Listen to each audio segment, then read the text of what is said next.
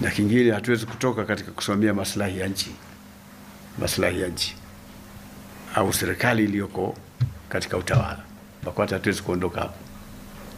Halafu mambo mengine yatakuja, lakini mambo matatu ndio mambo makubwa sana, na ndio maana utaona hata katika hutuba zetu au mihadhara yetu au hata ile yangu kama utakuwa unaifuatilia, tunazungumza sana masuala ya amani. Sababu sisi tunajua nchi ilivyo.